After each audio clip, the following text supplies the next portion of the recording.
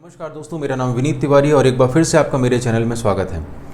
आज के इस वीडियो में हम बात करेंगे क्या हम एसेट अंडर मैनेजमेंट AUM की हेल्प से पता कर सकते हैं कि कौन सा फंड हमको ज़्यादा अच्छे रिटर्न बना के देगा और कौन सा फंड हमको कम अच्छे रिटर्न बना के दे रहा है। और इस टॉपिक में वीडियो बनाने का सबसे बड़ा रीज़न ही ये था कि आज की डेट में हम जब भी किसी इन्वेस्टर से मिलते हैं या बात करते हैं तो उनके दिमाग में दो चीज़ें हमेशा चलती रहती हैं।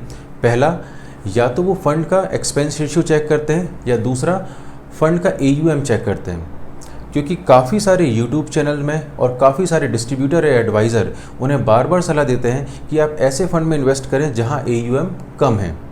तो क्या ये सही है कि जिन फंड का AUM कम होता है वो हमें कुछ ज़्यादा अच्छे रिटर्न बना के देते हैं? क्या ये गलत है? और इसी बात में आज हम पूरा डिस्कशन करने वाले हैं। देखिए, अगर आप मेरी बात माने तो मुझे ये नहीं लगता कि AUM कम होना या ज़्यादा होने से आप ये बता सकते हैं कि कौन सा फंड आपको आने वाले समय में ज़्यादा अच्छे रिटर्न बना के देगा। और कहीं पे भी ऐसे कोई प्रूफ भी नहीं मिलते हमको जिससे हम ये बोल पाएँ कि कम AUM वाला फंड आपको हमेशा ज़्यादा अच्छे रिटर्न बना के देता है या ज़्यादा AUM वाला फंड आपको कम अच्छे रिटर्न बना के देता है। देखिए, मैंने लगभग 2008 या 9 के आसपास म्यूचुअल फंड में इन्वेस्टमेंट स्टार्ट किया था और 2008-9 से आज 2023 में हम बैठे हुए हैं। तो इस पूरी अगर मैं जर्नी की बात करूं तो मुझे ऐसा कभी समझ में नहीं आया कि कम AUM वाले फंड आपको हमेशा ज़्यादा अच्छे रिटर्न बना के देंगे या ज़्यादा AUM वाले फंड आपको कम अच्छे रिटर्न बना के देंगे। और आज यही सब चीज़ें मैं आपसे डिस्कस करूंगा विथ प्रूफ। जब भी मैं किसी फंड के एसेट अंडर मैनेजमेंट की बात करता हूँ तो देखिए, एसेट अंडर मैनेजमेंट या AUM का बढ़ना इस बात पर भी डिपेंड करता है कि किसी फंड ने लगातार आपको अच्छा कंपाउंडेड रिटर्न बना के दिया है कि नहीं। आप किसी भी पुराने फंड को उठा के देख लीजिए, कोई भी पुराना फंड पिछले 10-12 सालों में अगर लगातार अच्छे कंपाउंडेड रिटर्न बना के दे रहा होगा तो उस फंड का लगातार AUM भी बढ़ रहा होगा, क्योंकि उस फंड में लोगों का विश्वास बढ़ा होगा कि वो फंड अच्छे रिटर्न बना के दे रहा है, इसलिए उस फंड में लोगों ने इन्वेस्टमेंट करना भी स्टार्ट कर दिया। लेकिन इस 15-20 साल की जर्नी में या 10-12 साल की जर्नी में अगर कोई फंड अगर आपको लगातार अच्छे कंपाउंडेड रिटर्न बना के नहीं दे रहा होगा तो हो सकता है उस फंड का AUM ना बढ़े, क्योंकि उस फंड में लोग इन्वेस्ट ही ना करें। अब यहाँ पे एक दूसरी सबसे बड़ी दिक्कत क्या आती है, बहुत सारे YouTube चैनल या बहुत सारे एडवाइज़र या डिस्ट्रीब्यूटर से जब भी आप मिलते हैं तो वो कई बार एक चीज़ आपको बताते हैं, जब भी किसी फ़ंड का साइज़ छोटा होता है तो फंड मैनेजर को उस फंड को मैनेज करने में आसानी जाती है, और जैसे जैसे फंड का साइज़ बढ़ता है तो फंड मैनेजर को मैनेज करने में दिक्कतें आती हैं, जिसके कारण फंड आपको रिटर्न देना बंद कर देते हैं। और ये चीज़ मुझे आज तक देखने को नहीं मिली, अभी तक तो ये देखने को नहीं मिला और ना तो इस चीज़ के कहीं प्रूफ हैं।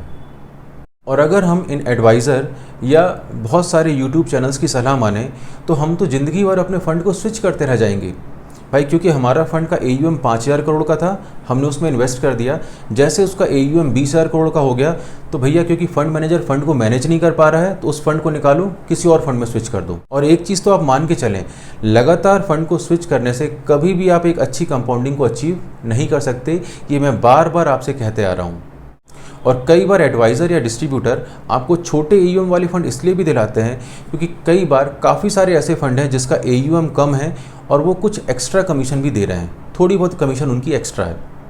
तो वो थोड़ी बहुत एक्स्ट्रा कमीशन की लालच में कई बार एडवाइज़र आपको कुछ छोटे AUM के फंड दिला देते हैं। बहुत सारे एडवाइज़र, बहुत सारे डिस्ट्रीब्यूटर लगातार हमें ये सलाह देते हैं कि जैसे जैसे फ़ंड का साइज़ बड़ा होता है तो फंड मैनेजर को फ़ंड को संभालने में दिक्कत आती है और कहीं ना कहीं हमारे फ़ंड के रिटर्न गिरने लगते हैं। देखिए, मैं इसे नहीं मानता, क्योंकि फ़ंड मैनेजर एक अकेला बंदा नहीं होता जो आपके उस फंड को संभाल रहा है। उसके पास फ़ंड को संभालने के लिए एक पूरी टीम होती है, और अगर उसे लगेगा कि उसको और बंदों की रिक्वायरमेंट है तो वो और बंदे अपनी टीम में ऐड करेगा। और उसको लग रहा होगा कि अभी उसके पास फंड बहुत ज़्यादा आ रहे हैं तो उसके इनफ्लो में वो रोक लगा देगा।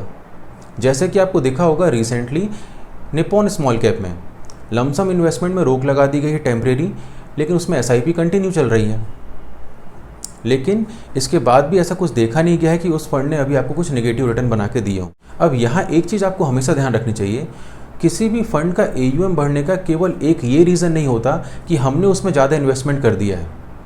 दूसरा रीज़न ये भी होता है किसी भी फंड को बढ़ने का कि मार्केट भी अगर बढ़ेगा तो उसका AUM बढ़ जाएगा। मान के चलिए, एक एग्जांपल लेके चल रहा हूँ मैं आपके सामने। एक मेरे पास फंड है जिसका AUM 10,000 करोड़ का है और उस फंड ने आपसे पैसे लेने बंद कर दिए। अब उस फंड में ना तो आप SIP कर सकते हो, ना तो उसमें आप लमसम इन्वेस्टमेंट कर सकते हो, टोटली फंड मैनेजर ने उसके इनफ्लो बंद करके रखे हुए हैं। लेकिन उस फंड ने जिन कंपनियों में इन्वेस्ट किया होगा, अगर वो कंपनियां आपको 12% से भी कंपाउंडेड रिटर्न बना के देती हैं, तो आप देखिए, क्योंकि कहीं ना कहीं 6 से 7 सालों में उन कंपनियों के शेयर प्राइस डबल हो जाएंगे। जब शेयर प्राइस डबल होंगे तो इनडायरेक्टली उस फंड ने जिन कंपनियों में इन्वेस्ट किया था उसके शेयर प्राइस डबल हो रहे हैं, तो फंड के भी वैल्यू क्या होगी, लगभग डबल हो जाएगी। फंड की एनएवी भी क्या हो जाएगी, लगभग डबल हो जाएगी। और फंड की एनएवी डबल होगी तो फंड का एयूएम भी क्या हो जाएगा, आपका डबल हो जाएगा। तो आपको हमेशा ये नहीं देखना चाहिए कि आप पैसा डाल रहे हैं इसी कारण एयूएम बढ़ रहा है, क्योंकि मार्केट बढ़ रहा है, कंपनियों के शेयर प्राइस बढ़ रहे हैं। एक रीज़न ये भी रहता है कि फंड का एयूएम लगातार ग्रोथ कर रहा है, और इस चीज़ में हम ध्यान देते ही नहीं हैं। तो देखिए, यहाँ पे अगर आपको हिंदुस्तान की इकोनॉमी में भरोसा है, तो जैसे जैसे हिंदुस्तान की इकोनॉमी बढ़ेगी तो आपको उसका डायरेक्टली इम्पैक्ट दिखेगा शेयर मार्केट में। अगर हिंदुस्तान की इकोनॉमी में ग्रोथ आएगी तो आपको देखिएगा कहीं ना कहीं शेयर मार्केट के शेयर प्राइस भी बढ़ेंगे, और शेयर मार्केट में ग्रोथ आएगी तो आपको देखिएगा कि आपके फंड का एयूएम भी लगातार बढ़ेगा। तो जो फंड आज 10,000 करोड़ के हैं वो कल 20,000 करोड़ के होंगे, 30,000 करोड़ के होंगे, 40,000 करोड़ के होंगे। और जो आज 40,000 करोड़ के फंड है वो हो सकता है आने वाले समय में 1 लाख करोड़ का एयूएम हो जाए। तो इसका ये मतलब कहीं भी नहीं है कि एयूएम ज़्यादा होने से आपका फंड आपको अच्छे रिटर्न बना के नहीं देगा। अब देखिए, यहाँ पे मैं एक और एग्जांपल लेके चल रहा हूँ। मैं आपसे बात कर रहा हूँ यूएस की। अमेरिका वर्ल्ड की सबसे बड़ी इकोनॉमी है। अगर वर्ल्ड की सबसे बड़ी इकोनॉमी है यानी वहाँ पे तो ग्रोथ आनी ही बंद हो जानी चाहिए। जैसे कि आप और हम कहते हैं किसी फंड का एयूएम इतना बड़ा हो गया, यानी किसी देश की इकोनॉमी भी इतनी बड़ी हो गई है, तो उसमें तो ग्रोथ नहीं आनी चाहिए। लेकिन आज भी देखिए, बड़ी इकोनॉमी होने के बाद भी यूएस में देखिए टेक्नोलॉजी सेक्टर में कितनी अच्छी ग्रोथ आ रही है। अगर मैं टेक्नोलॉजी सेक्टर की बात करूं और मैं अपनी पर्सनल खुद की बात करूं, तो मैं जब भी टेक्नोलॉजी सेक्टर में इन्वेस्टमेंट करना चाहता हूं तो मैं हमेशा नैस्डैक 100 में इन्वेस्टमेंट करना सबसे अच्छा मानता हूं, क्योंकि मुझे लगता है आज भी अगर मैं टेक्नोलॉजी की बात कर रहा हूं तो सही इनोवेशन और सही टेक्नोलॉजी का काम तो आपका यूएस में चल रहा है, अमेरिका में चल रहा है। अब चाहे तो यहाँ आप एग्जाम्पल ले लीजिए टेस्ला का, फेसबुक का एग्जाम्पल ले लीजिए, माइक्रोसॉफ्ट का एग्जाम्पल ले लीजिए, याहू का ले लीजिए, गूगल का ले लीजिए। बहुत सारी टेक्नोलॉजी सेक्टर की कंपनी हैं जो वहाँ पे लगातार अच्छा काम कर रही हैं, और इतनी बड़ी इकोनॉमी होने के बाद भी अमेरिका में इस टेक्नोलॉजी सेक्टर या इनोवेशन सेक्टर में लगातार आपको एक अच्छी ग्रोथ देखने को मिल रही है। और इसी कारण नैस्डैक 100 लगातार आपको एक अच्छी रिटर्न बना के भी देता है। तो यहाँ पे एक सिंपल सा एग्जाम्पल मैं समझाना चाह रहा था आपको। एयूएम बड़ा होने के कारण ऐसा नहीं होता कि आपका फंड आपको अच्छे रिटर्न देना बंद कर दे। और अगर मैं अपने पर्सनल इन्वेस्टमेंट की बात करूं तो आज तक मैंने जिस भी म्यूचुअल फंड में इन्वेस्ट किया है वहां एक चीज़ तो कॉमन देखने को मिली है कि हर म्यूचुअल फंड का एयूएम मिनिमम 5,000 करोड़ से ऊपर का था। एक आध फंड हो सकते हैं जिसका एयूएम 3,000 करोड़ के आसपास का होगा, लेकिन इसके नीचे के एयूएम में मैंने कभी इन्वेस्टमेंट ही नहीं किया, क्योंकि पहले फ़ंड को परफॉर्मेंस करने दीजिए। मुझे नहीं मालूम कि हर छोटा फंड बड़ा फंड बनेगा कि नहीं बनेगा। आज अगर किसी फंड में मैं इन्वेस्टमेंट कर दूं जिसका एयूएम 1,000 करोड़ का है और कहीं उस फंड ने 10 साल 15 साल तक अच्छा रिटर्न निकाल के नहीं दिया, तो उसका एयूएम वहीं रह जाएगा या तो वहाँ से गिर जाएगा। लेकिन अगर फंड का एयूएम लगातार बढ़ रहा है तो फंड को टाइम दीजिए, जब फंड अच्छा रिटर्न देने लग जाएगा तो हम उसमें इन्वेस्टमेंट करना स्टार्ट कर देंगे। जल्दबाजी किस बात की, क्योंकि हमारे पास फ़ंड की कोई कमी तो नहीं है।